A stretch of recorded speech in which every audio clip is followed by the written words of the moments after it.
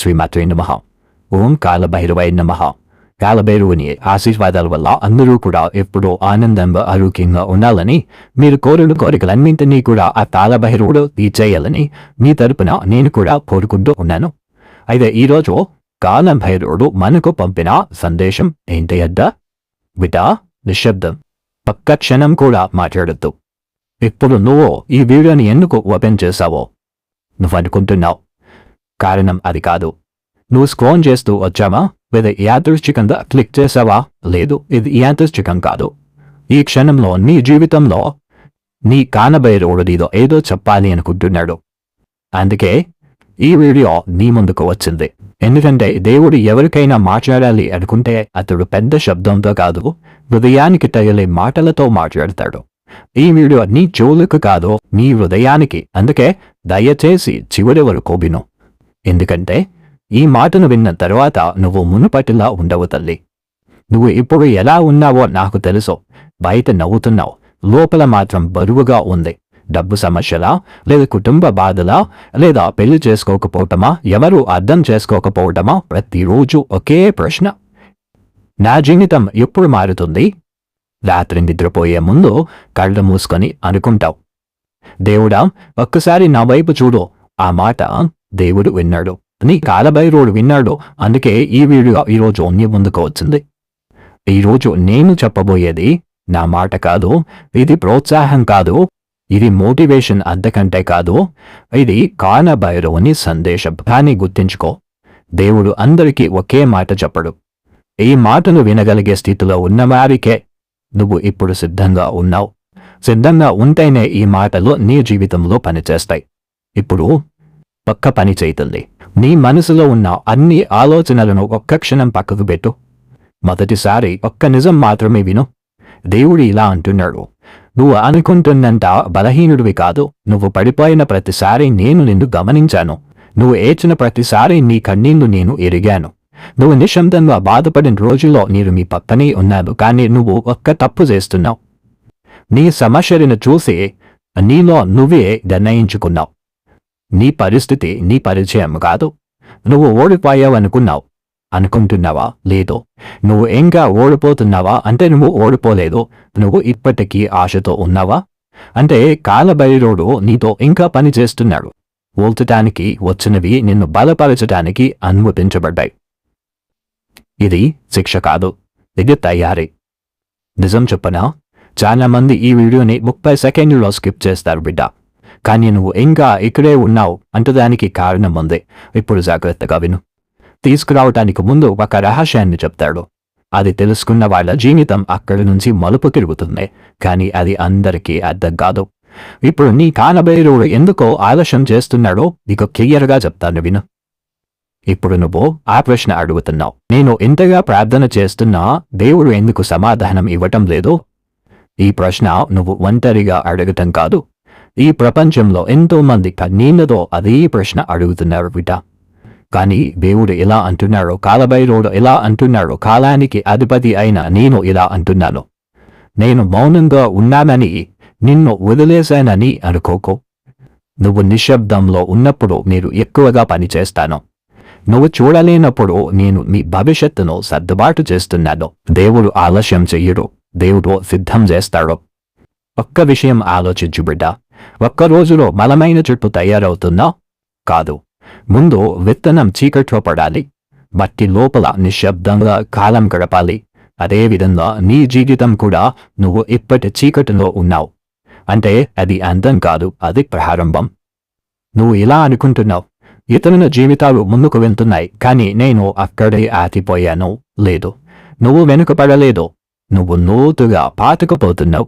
ఎక్కువ ఫలితాలు ఇచ్చే చెట్టు ఎప్పుడు లోతైన వేర్లు పెంచుకుంటాయి. దేవుడు నీకు చిన్న జీవితం ఇవ్వనడుకోవటం లేదు, అందుకే నిన్ను ఎక్కువగా తయారు చేస్తున్నాడు. దేవుడు ఇలా అంటున్నాడు, నీ కాలభైరవుడు ఇలా అంటున్నాడు, నువ్వు అడిగింది ఇవ్వటానికి నేను సిద్ధమే, కానీ నువ్వు దాన్ని మోయగలవా? అనుకోని ధనం వస్తే నీ మనసు ఎలా ఉంటుంది? అనుకోని స్థాయి వస్తే నీ అహంకారం ఎలా ఉంటుంది? అనుకోని ఆశీర్వాదం వస్తే నువ్వు నన్ను మర్చిపోతావా? కాలభైరవుడు ముందు ఆశీర్వాదం ఇవ్వడు, ముందు మనసుని సరిచేస్తాడు. నువ్వు ఇప్పటి వరకు అనుకుంటున్నావు, భైరవుడు నా మాట వినటం లేదు అని. కానీ నిజం ఏంటంటే భైరవుడు నీ హృదయం విరగకుండా నిన్ను కాపాడుతున్నాడు. నీ జీవితంలో ఏది పోయిందో అది శిక్ష కాదు, అది రక్షణ. నీకు హాని చేసే దాని నుండి భైరవుడు నిన్ను దూరం చేశాడు. ఇప్పుడు ఒక్క విషయం గుర్తుపెట్టుకో, భైరవుడు నీ కథను మధ్యలో వదిలివేయడు. నువ్వు ఇంకా శ్వాస తీసుకుంటున్నావంటే నీ కథ ఇంకా పూర్తి కాలేదు. మీ జీవితం మలుపు దగ్గరలో ఉంది. కానీ భైరవుడు ఆశీర్వదించే ముందు ఒక సంకేతం ఇస్తాడు. చాలా మంది ఆ సంకేతాన్ని గుర్తించరు, అందుకే ఆశీర్వాదాన్ని కూడా కోల్పోతూ ఉంటారు. ఇప్పుడు భైరవుడు పంపే ఆ గుప్త సంకేతాలు ఏదో స్పష్టంగా చెప్తాను, వినుబిడ్డ. వదులుకోకో, కోల్పోకో. ఈ మాటను నువ్వు ఇప్పుడు వినాల్సినవే. ఎందుకంటే భైరవుడు ఆశీర్వదించే ముందు ఎప్పుడు ఒక సంకేతం ఇస్తాడు. ఆ సంకేతాన్ని గుర్తించిన వాళ్లే తమ జీవితాన్ని మార్చుకుంటారు. మిగతా వాళ్ళు అదే ప్రార్థన, అదే కన్నీళ్ళు, అదే జీవితంలో ఇంకా ఇరుక్కుపోతారు. మొదటి సంకేతం, నీకు లోపల శాంతి లేకపోవటం. నువ్వు అనుకుంటున్నావు, ఎందుకో తెలియదు, ఇప్పుడు నా జీవితంలో సంతృప్తి లేదు. ఇది అసంతృప్తి కాదు, ఇది భైరవుడి అనారం. భైరవుడు నిన్ను పాత స్థాయిలో ఇంకా ఉండనివ్వటం లేదు. నీ ఆత్మ ఇంకా ఎక్కువ కోసం ఆకలిగా ఉంది. రెండవ సంకేతం, నీ కొన్ని ద్వారాలు అప్రయత్నంగా మూసుకుపోవటం. ఉద్యోగం పోవటం, సంబంధం ముగియటం, ప్లాన్ ఫెయిల్ అవ్వటం. ఇవి శాపానుకం. ఇవి భైరవుడి ఒక ఎంపిక, ఎందుకంటే ఆ దారులు నిన్ను నీ గమ్యానికి తీసుకెళ్ళవు. మూడవ సంకేతం, నువ్వు ఒంటరిగా అనిపించటం. ముందు నీ చుట్టూ చాలా మంది ఉన్నారు, ఇప్పుడు ఎవరు లేరు అనిపిస్తోంది. ఇది శిక్ష కాదు, ఇది శిక్షణ. భైరవుడు కొత్త స్థాయికి నిన్ను తీసుకువెళ్లే ముందుగా నిన్ను ఒంటరి చేస్తాడు. ఎందుకంటే నిన్ను ముందుకు లాగేవాళ్లు కాదు, నిన్ను వెనక్కి లాగేవాళ్ళు ఎక్కువ ఉన్నారు.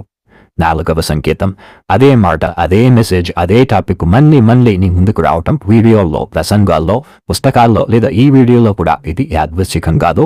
భైరవుడు నీ దృష్టిని అక్కడే నిలిపాడు, ఎందుకంటే అక్కడే నీ మార్పు ఉంది. ఐదవ సంకేతం, ఏమీ మారకపోయినా నీ లోపల ఒక చిన్న ఆశ ఉండటం. అన్ని కారణాలు నిరాశకు ఉన్నా నీ మనసు మాత్రం వదలటం లేదు. ఇది పిచ్చి కాదు, ఇది భైరవుడి వాగ్దానం. భైరవుడు ఇప్పటికే నీ భవిష్యత్తును చూశాడో, మార్చాలనుకున్నాడు. అందుకే నీ ఆత్మకు సిగ్నల్ పంపిస్తున్నాడు. ఇప్పుడు నిజంగా విను. ఈ 5 సంకేతాల్లో కనీసం రెండైనా నీ జీవితంలో జరుగుతున్నాయా అంటే నువ్వు బ్రేక్ డౌన్లో కాదు, నువ్వు బ్రేక్ త్రూ దగ్గరలో ఉన్నావు. భైరవుడు నీ పేరు పిలుస్తున్నాడు. కానీ చాలా మంది ఇక్కడే ఒక పెద్ద తప్పు చేస్తారు. భైరవుడు ఇచ్చే సంకేతాలను చూసి కూడా తప్పు నిర్ణయాలు తీసుకుంటాడు. ఇప్పుడు భైరవుడు ఆశీర్వదించబోతున్నప్పుడు నువ్వు చెయ్యకూడని అత్యంత ప్రమాదకరమైన 3 తప్పులు ఏంటో చెబుతాను, విను. ఇది మిస్ అయితే మళ్ళీ సంవత్సరాలు పోవచ్చు. ఇప్పటి వరకు నువ్వు విన్నది నీకు ఆశ ఇచ్చింది, కానీ ఇప్పుడు చెప్పబోయేది నిన్ను కాపాడుతుంది. ఎందుకంటే భైరవుడు దగ్గరగా వచ్చేటప్పుడు శత్రువు కూడా దగ్గరగా వస్తాడు. చాలా మంది ఇక్కడే పడిపోతారు. మొదటి తప్పు ఆతృత. ఇప్పుడే కావాలి, ఇప్పుడే మారాలి, ఇప్పుడే ఫలితం రావాలి. భైరవుడు పని చేస్తున్నప్పుడు అది నీకు కనిపించదు. అప్పుడు నువ్వే ముందుకు వెళ్ళిపోతావు. ఇదే ప్రమాదం. ఇక్కడ భైరవుడు ఆలస్యం చేయుడు, అది దాటి నువ్వే ముందుకు వెళ్తావు. రెండవ ప్రమాదకరమైన తప్పు, నేను దీనికి అర్హుడినా అనుకోవటం. ఈ ఆలోచన చాలా శక్తివంతమైన ఆశీర్వాదాలను ముందే ఆపేస్తుంది. భైరవుడు నీ అర్హత చూసి కాదు, నీ అవసరం చూసి పని చేస్తాడు. నువ్వు పరిపూర్ణుడివి కాబట్టి కాదు, నువ్వు ఆయన మీద ఆధారపడ్డావు కాబట్టి. నీ మీద సందేహం భైరవుడు పనిని ఆలస్యం చేస్తుంది. మూడవ తప్పు, ప్రతి ఒక్కరికి నీ కలలు చెప్పటం, ప్రతి ఒక్కరికి నీ ప్రణాళికలు చూపించటం. అర్థం చేసుకో, ప్రతి ఒక్కరు నీ ప్రార్థనకు సాక్షులు అవ్వలేరు. కొంతమంది నీ కలలను వినటానికి కాదు, విరగొట్టడానికి ఉంటారు. భైరవుడు కొన్ని విషయాలు నీకు మాత్రమే చెబుతాడు. ఇప్పుడు నువ్వు ఆలోచించు, ఈ 3 తప్పుల్లో నువ్వు ఏదైనా చేస్తున్నావా? ఆతృత, సందేహం, తప్పు వ్యక్తులతో పంచుకోవటం. ఇవి ఆశీర్వాదాన్ని ఆపే గోడలు. కానీ మంచి విషయం ఏంటంటే భైరవుడు ఇంకా నీ మీద నిన్ను వదలలేదు. నువ్వు ఈ వీడియో చూస్తున్నావంటే ఇది హెచ్చరిక కాదు, రక్షణ. ఇప్పుడే నిన్ను సరిచేసుకుంటే నీ ఆశీర్వాదం చాలా దగ్గరలో ఉంది. కానీ భైరవుడు ఆశీర్వదించే ముందు నీ నుంచి ఒక చిన్న కానీ చాలా కీలకమైన పని కోరుతాడు. చాలా మంది అదే పని చెయ్యరు, అందుకే అద్భుతం చూడరు. ఇప్పుడు భైరవుడు అడిగే ఆ ఒక్క పని ఏంటో చెప్తాడు, విను. ఇవి చేస్తే నీ జీవితంలో వేగంగా మార్పు మొదలవుతుంది. ఇప్పుడు నువ్వు వినబోయేది చాలా మందికి తెలుసు, కానీ చాలా తక్కువ మందే చేస్తారు.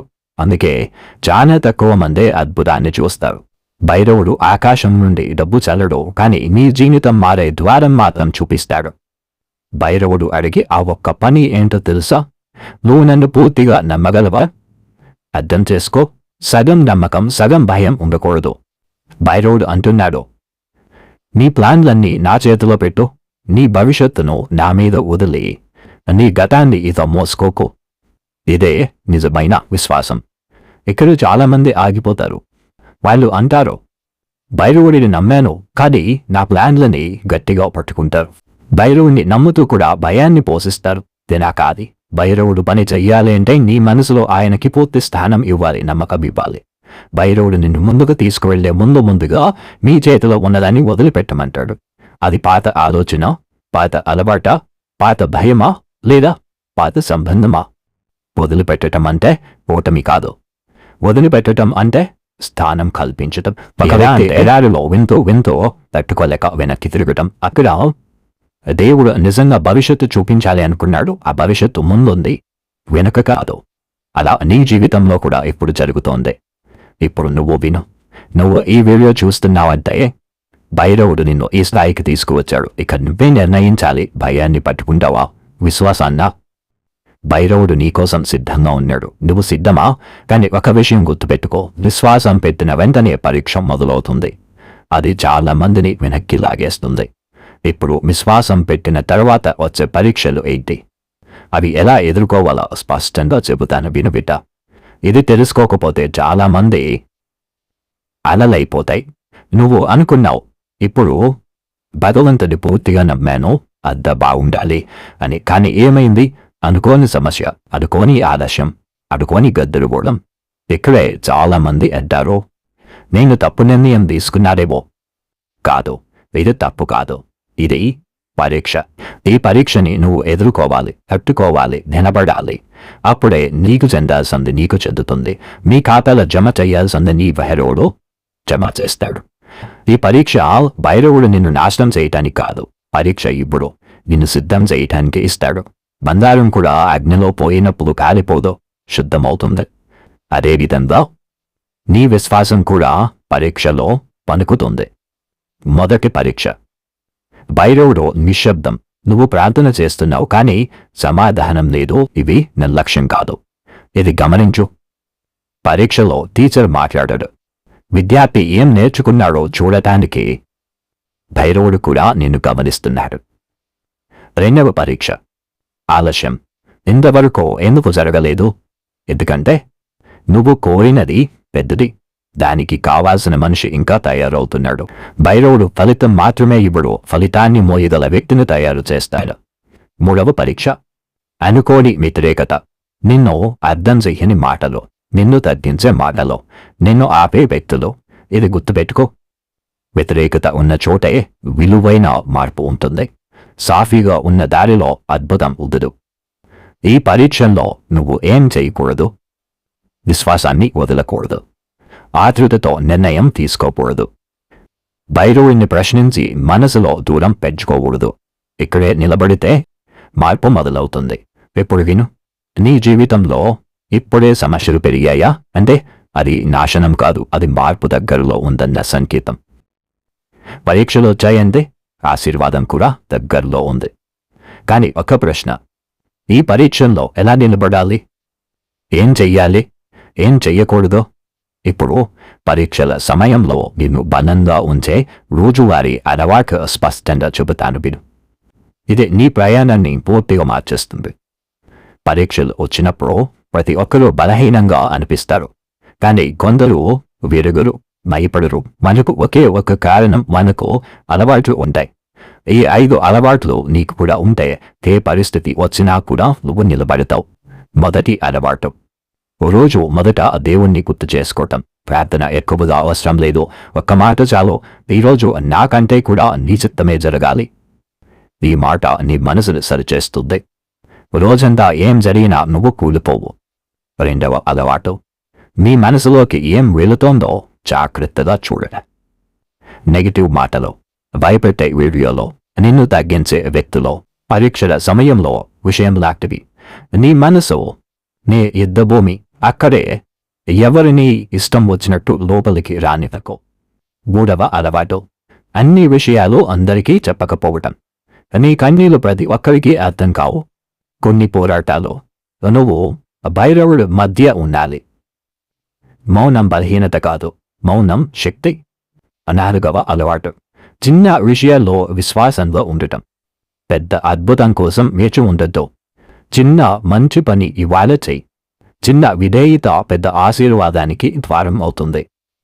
5వ అలవాటు, నిద్రపోయే ముందు అన్నింటినీ వదిలేయటం. ఈరోజు నేను చెయ్యగలిగింది చేశాను, ఇక మిగతాది నీ చేతిలో పెట్టాను. ఈ మాటతో నిద్రపోతే నీ శరీరం మాత్రమే కాదు, మీ ఆత్మ కూడా విశ్రాంతి దొరుకుతుంది, విశ్రాంతి పొందుతుంది. ఇవి మంచాలు కావు, ఇవి మనిషిని మధ్యలో ఆగనివ్వవు. ఈ అలవాట్లు నిన్ను అద్భుతం వరకు తీసుకువెళ్తాయి. ఇప్పుడు ఒక రహస్యం చెప్తాను విను బిడ్డ. ఈ అలవాట్లు కొన్ని రోజులు కొనసాగితే నీ చుట్టూ సన్నపిల్లలు మారటం మొదలవుతాయి. అదెలా? ఇప్పుడు భైరవుడు పరిస్థితుల్లో నీకు అనుకూలంగా ఎలా తిప్పుతాడో స్పష్టంగా చెబుతాను విను. నువ్వు గమనించావా? ఇటీవల చిన్న చిన్న విషయాల్లో నువ్వు ఊహించినట్లు కాకుండా సెట్ అవుతున్నాయా?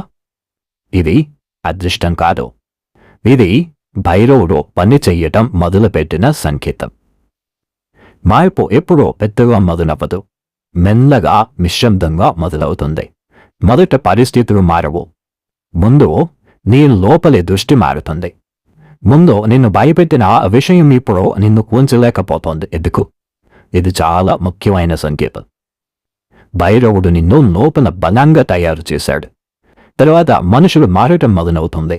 నిన్ను పట్టించుకోని వాళ్ళు అకస్మాత్తుగా గుర్తుపడ్డారు.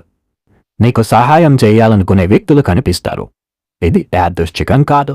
భైరవుడు నీ మార్గంలో సరైన మనుషులను పెట్టడం మొదలుపెట్టాడు. తరువాత అవకాశాలు వస్తాయి. నువ్వు వాటిని అప్లై చెయ్యని చోట నుంచే కాల్స్ రావటం, ఆలోచించని దారి ద్వారా డబ్బు అవకాశాలు, నైపుణ్యం, ఇక్కడ అకస్మాత్తుగా అన్నీ కూడా మొదలైపోవటం. ఒకసారి నీకే ఆశ్చర్యం అనిపిస్తుంది, ఇది నా జీవితమా ఉన్నట్టుగా. ఇలా ఎలా? ఏదో ఒక అద్భుతం జరిగింది అన్నట్టు. ఇవి అన్నీ కూడా భైరవుడు తిప్పుతున్న చక్రాలు. ఇప్పుడు గతంలో మూసుకుపోయిన ద్వారాలు గుర్తొస్తాయి. అప్పుడు బాధగా అనిపించినవి ఇప్పుడు అర్థమవుతాయి. అవి తెరిచి ఉంటే నేను ఎక్కడే ఉండేవాడిని కాను. భైరవుడు వెనక నుండి చూసి ముందు నిర్ణయం తీసుకుంటాడు. ఇప్పుడు ఒక మార్పు గమనిస్తావు. వేచి ఉండటంలో కూడా శాంతి, అంతకుముందు లేని ఒక నిశ్చింత. ఇది నిద్ర పట్టడం కాదు, ఇది నమ్మకం.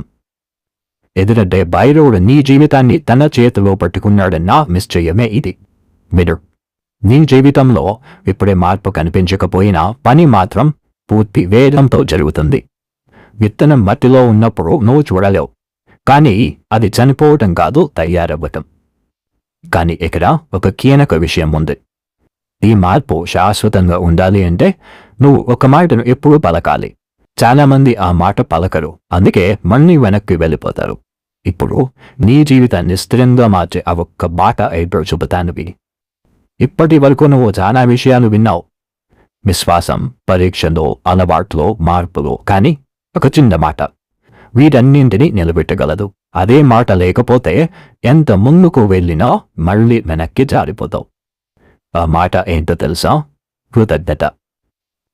నీ జీవితంలో ఇప్పుడే అన్నీ మారిపోవాల్సిన అవసరం లేదు, కానీ ఇప్పుడే కృతజ్ఞత అంటే మార్పు మొదలవుతుంది.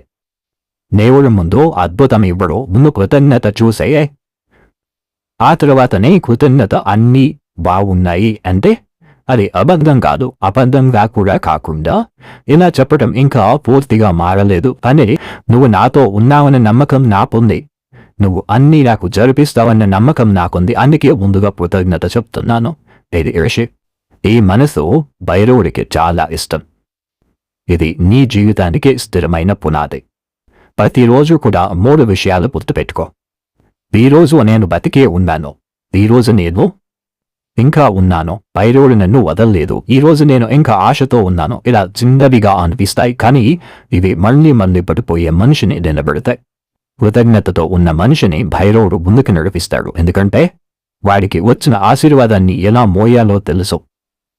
వచ్చిన డబ్బుని ఎలా స్వీకరించాలో తెలుసు, ఎలా ఖర్చు పెట్టాలో తెలుసు. అందుకే కృతజ్ఞత లేని ఆశీర్వాదం ఎక్కువ కాలం నిలవదు. ఎప్పుడు వినో, నీ జీవితంలో ఎప్పుడు పెద్ద మార్పు లేకపోయినా ఈ మాట మాత్రం పలుకో. భైరవా, ఇక్కడి వరకు తీసుకోవాల్సినందుకు ధన్యవాదాలు తండ్రి. ఈ మాట నీ మనసుని శాంతింపజేస్తుంది, నీ భవిష్యత్తుని భద్రపరుస్తుంది. నువ్వు ఇంతవరకు కూడా ఈ సందేశం వింటూ వస్తున్నావంటే నువ్వు సాధారణమైన వ్యక్తివి కాదు. నువ్వు మార్పు కోసం ఎదురు చూస్తున్న ఆత్మవి. భైరవుడు ఇలాంటి వానను ఎప్పుడూ కూడా మధ్యలో వదిలిపెట్టడు. అని చివరిగా ఒక విషయం ఉంది. ఈ ప్రయాణం ఇక్కడితో పూర్తవ్వదు. భైరవుడు నీ జీవితంలో ఒక వాగ్దానం చెయ్యబోతున్నాడు. ఇప్పుడు నీ మీద భైరవుడు పెట్టిన ఆ వాగ్దానమేంటో నేరుగా నీకు ఇప్పుడు ఏమి చెయ్యకు, మాట్లాడకు, ఆలోచించుకో, కేవలం విను.